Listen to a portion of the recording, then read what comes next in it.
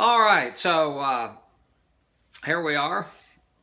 It's Christmas, and for some reason, I just wanted to show everybody this book I wrote. And a lot of guys who see this have got this book. It's called Up the Neck Improvisation Package, and it's 6 lessons that have a video anywhere from 20 to 30 minutes per lesson. So there's about 2.5 hours of video. And it shows you how to create different rhythms, different licks up the neck. It shows you how to use movable chord positions, meaning if you play a lick in C, you can then move it up to D, you can move it to G. All right. It shows you how to do some simple things to get more drive out of your playing, because there's a lot of rolls involved here. Now, whenever you do continuous rolls, you kind of get into a pattern there, and drive starts coming out of your banjo, which if you're playing a lot of intricate melodies, many times you don't have the opportunity to get a roll. So I'm going to go through this book, and it's not, once again, it's not a teaching lesson, but I'm also telling you, if you like this book, if you think that it's going to do you some good, and it's $30, all right? Includes includes 3 DVDs. There's so much stuff on it. I will send you the book, okay? Don't pay me anything for it. And look at the book, look at this video, because if you don't, if you get caught up in some of these exercises, it seems kind of boring, but watch this video and I'll show you how to use this stuff. And if you like it, send me some money, okay? And if you don't, and I'm going to trust you with this, if you think this isn't a good product, heave it, just throw it away, or give it to someone else. Because I don't want, one thing that we've always done in our publishing company, we've always said that if somebody has something that's better, for example, we have all kind of books, lay on guitar books, mandolin books. It's called Watch and Learn. If somebody comes up with a product that's better than ours, we are obligated to pull ours off the market and then rewrite it until it's better than theirs, okay? I don't think we would do that anymore, but back when we were young and foolish, we literally, if it wasn't the best book on the market as far as clarity for beginners, now we're really aiming towards beginners right now, which is a fairly difficult task to write books for beginners. So anyway, so I'm going to do a 10-minute video and explain as much as I can of this book, so you kind of know what the results are if you use it. And then if I don't get through the 6 lessons, then I will do a demo. I'll do another video to demo it. Okay, so just so I keep kind of in track. So the first lesson essentially just takes this position right here. All it is that G position, and I'm going to get back to where you can see my banjo here. And most of this is up the neck. Okay, so we're just noting what we're using the index finger on the 2nd string 8th fret and the middle finger on the 1st string 9th fret, okay? So all we're doing is, if you do a straightforward roll, and here's the pattern. Well, once again, this isn't teaching. So here's an example. So we go. Okay, so if we're playing John Hardy, starting with C, you go.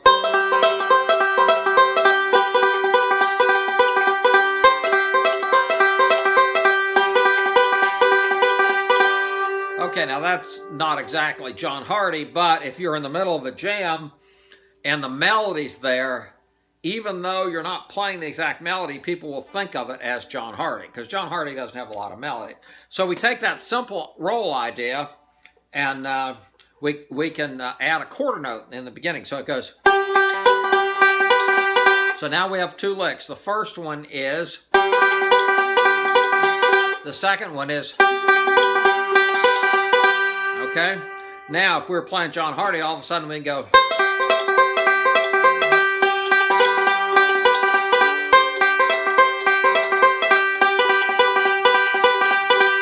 Okay, so that's the basic idea. Then taking that simple concept, we now go to the next page, and what we're going to be doing here is we've got this position, and you should be able to see that, and we're going to alternate with this note right here, which is the 2nd string 11th fret. Okay, so we can go, okay, there we go.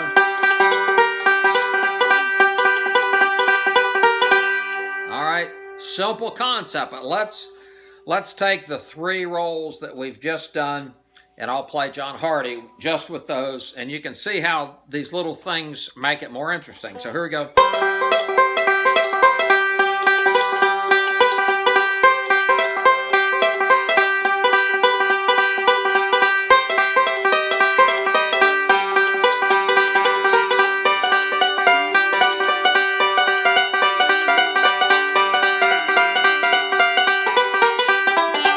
Okay, once again, this is just one simple idea you got out of the book. Now, we take this, and we now play, okay, so we're going to play that roll, and we're going to alternate with this note here. So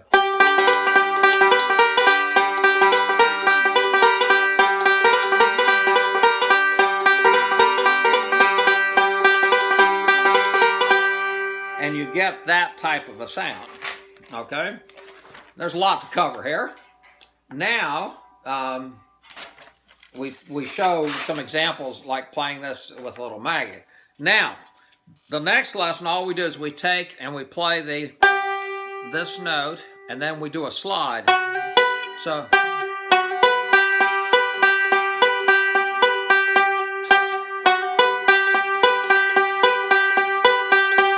okay, so John Hardy goes.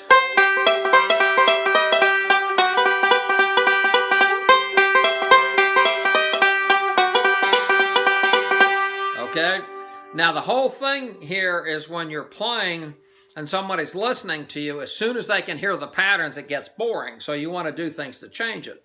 Now we take this concept of, okay, and we're going to add this 2nd string 11th fret, and here's what it sounds like. Okay, so we're going to do John Hardy.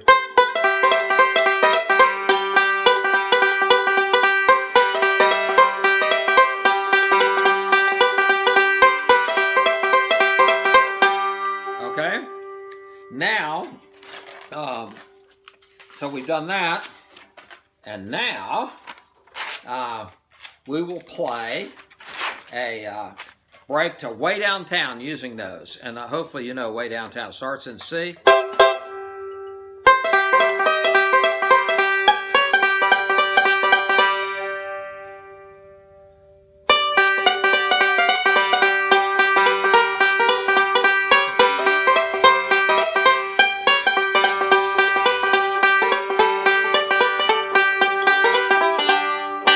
Not the best example. Now, so we've covered some different rhythms you can play using this position. Now let's go to this position right here, which is basically your C, okay?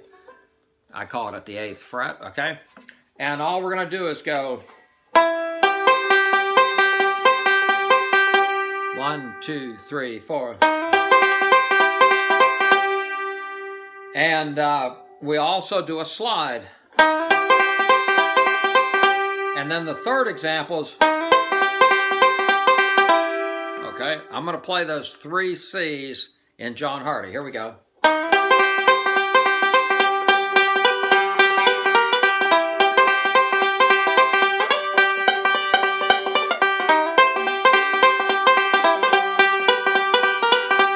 Okay, and we'll try it again. So here we go.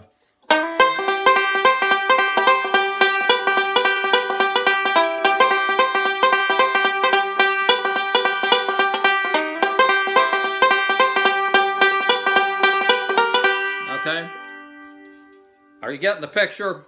And you can, as you do this more and more, you can practice and you'll get even more drive. Then we take this C position, which we've been using. We've been sliding.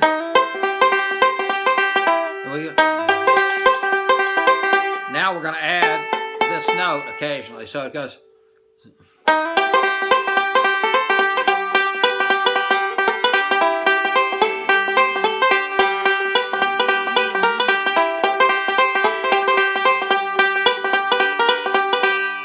Okay? So all of a sudden, by alternating with this note here, you get a different sound.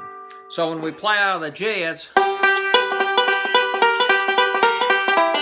whereas C is, or you go, okay? All right, so I'm going to play a little John Hardy, and then we're going to go to the next video. So here we go.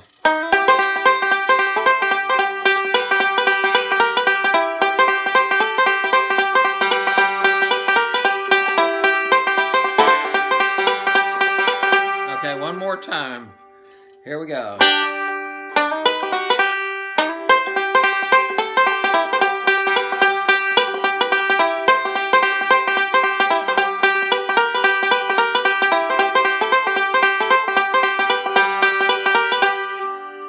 Okay? And now, this is part 1, so we will now go to part 2.